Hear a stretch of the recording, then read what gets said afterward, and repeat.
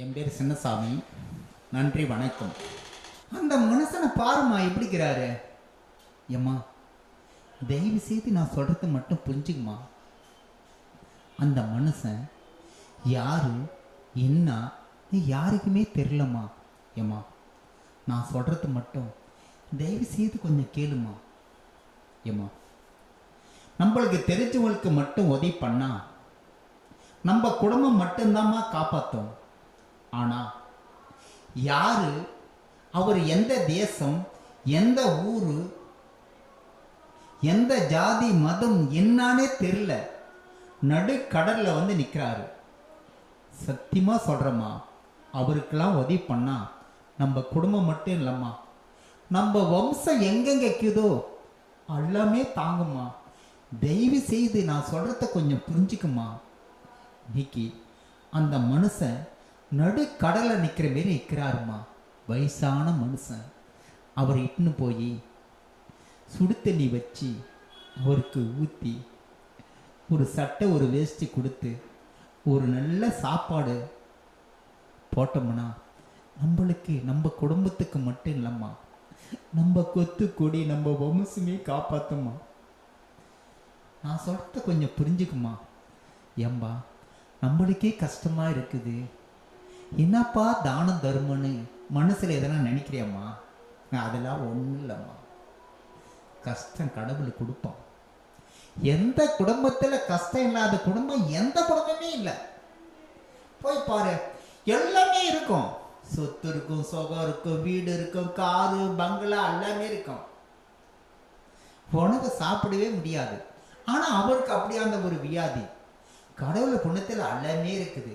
வீட்டில் ஒரு வாரிசு இருக்காது. எப்படி ஒரு சின்ன சின்ன பிரச்சனை எல்லாமே இருக்கும்.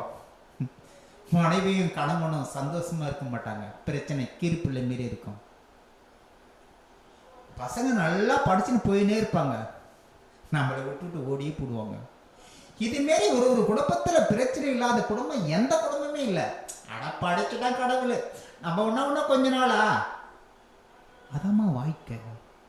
சண்டை இல்லைன்னா குடும்பமே இல்லை. ஒரு சலச்சலப்பு இருந்துதான் இருக்கணும் ஒரு குடும்பத்தில். ஆனால் அதுமாரி நம்ம என்னம்மா 3 வேளை சாப்பிட்றோமா, ஒரு வேளை பட்டா கூட விடுமா. நம்ம நான் உயிராக கொடுத்து ஏம்மா அந்த மனுஷனை இட்டுன்னு வந்து குடிச்சு ஒரு வேஸ்ட்டு ஒரு சட்டையை கொடுத்து உட்கார வச்சு ஒரு வாயில வச்சு நல்லா திருப்பி தான் சாப்பாடு போட்டோம்னா சத்தியமா நம்ம வம்சமே நல்லா இருக்குமா. செய்யுமா. வாங்க ஐயா.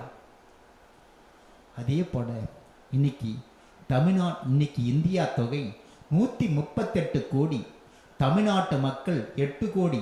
தமிழ்நாட்டு மக்கள் ஓட்டு போடுற மக்கள் 6 கோடியே 27 லட்சம். ஓட்டு இல்லாத மக்கள் 1 கோடியே 73 லட்சம். நம்மளுடைய தமிழ்நாட்டு தொகுதி 234 தொகுதியில் இருக்கக்கூடிய அத்தனை மாவட்டத்தில் இருக்கக்கூடிய நிர்வாகிகள், பெரியோர்கள், தாய்மார்கள், இளைஞர்கள், மகளிர்கள், உங்களுடைய அனைவரும் உங்களுடைய பாதத்தை தொட்டு வணங்குறேன். நம்மளுக்கு ஒரு குறைபாடு இருக்குது. ஆனா குறைபாடு இருந்தா, நான் ஒரு கிராமம் தான், ஒரு விவசாய குடும்பத்தில் பிறந்தவன். அன்னைக்கு கூலி செஞ்சு கஞ்சி குடிக்கிற குடும்பம் தான் எங்க குடும்பம். என் பேர் சின்னசாமி. ஆனா ஏதோ ஒரு குறைப்பா. திருப்பதியில் இருக்கக்கூடிய வெங்கடாஜலபதிக்கு பிரார்த்திவாங்க, திருவண்ணாமலை அண்ணாமலையார் கோயிலுக்கு பிரார்த்திடுவாங்க, மதுரை இருக்கக்கூடிய மகாலட்சுமிக்கு பிரார்த்திவாங்க, காஞ்சிபுரத்தில் அமர்ந்திருக்கக்கூடிய காமாட்சி அம்மனுக்கு பிரார்த்திவாங்க, குண்டத்தூர்ல அமர்ந்திருக்கக்கூடிய அங்காள பரமேஸ்வரிக்கு பிரார்த்திவாங்க, திருச்செந்தூர்ல இருக்கக்கூடிய முருகு பெருமானுக்கு பிரார்த்திவாங்க. நான் கோயிலுக்கு போவானான்னு நான் சொல்லல. ஆனால் எல்லா கோயிலுக்கும் கடா வெட்டுறோம், கோயா இருக்கிற, உனக்கு பூச போறேன்னு எல்லா மக்கள் பிரார்த்திவாங்க. என்னுடைய குறைபாடுகள் நல்லா இருக்கணும்னு எல்லாமே பிரார்த்துவாங்க. சபரிமலைக்கு போவாங்க, மக்கள் பூரா சபரிமலை தான். சபரிமலை போவோம். நான் குறை சொல்லல, போட்டோம், போயிட்டு வரட்டும். ஆனா நான் சொல்றத மட்டும் கொஞ்சம் புரிஞ்சுக்குங்க. ஒன்றும் இல்லை. கண்ணு தெரியாதவங்க, காது கேட்காதவங்க, காலு ஊனப்பட்டவங்க பிளாட்பாரத்திலையும் மரத்தடியிலையும் வீதியில் இருப்பாங்க. ஒன்றும் இல்லை, ஒரு சாப்பாடு, ஒரு டீ, ஒரு பன்னு, ஒரு பழம், இது மட்டும் நீங்கள் உதவி பண்ணி பாருங்க. நிச்சயமா சொல்றேன், அந்த உள்ளத்துக்கு சாப்பாடு நம்ம கொடுத்தோம்னு வச்சுக்க, அந்த உள்ள சாப்பிச்சுன்னா அப்படியே அது நிறைஞ்சிச்சுன்னா சத்தியமா நம்ம நல்லா இருக்கலாம். சின்ன சின்ன உதவி, என் பேர் சின்னசாமி மக்களே, அது மட்டும் நீங்க கொஞ்சம் செஞ்சு பாருங்க. என்ன ஒரு சாப்பாடா, இல்ல ஒரு பாலா, ஒரு பழமா, இல்ல அதான் சொல்றேன் நான். அது மாரி அவங்க சாப்பாடு போய் வாங்கி சாப்பிட்றது கூட அவங்களால முடியாது. அந்த அளவுக்கு ஊனப்பட்டவங்க இருப்பாங்க, பிளாட்பாரத்தில் இருப்பாங்க, வீதியில் இருப்பாங்க, எல்லா இடத்துலையும் இருப்பாங்க, கண்ணே தெரியாது பாவம். அப்படியானவங்களாம் சாப்பாடு போட்டால் தான் அவங்க சாப்பிடுவாங்க. அப்படியானவங்களுக்கு நீங்கள் கொஞ்சம் உதவி பண்ணுங்க. நானும் அதேமாரி தான் கொஞ்சம் கொஞ்சம் உதவி பண்ணுறேன். ஆனால் அதிகமாக நான் உதவி பண்ணுற மாதிரி என்கிட்ட சக்தி இல்லை. ஆனால் முடிஞ்ச உதவி. என் பேர் சின்னசாமி, நன்றி வணக்கம். நானும் விவசாய குடும்பத்தில் பிறந்தவன் தான். பாய், அப்புறம் சந்திக்கலாம்.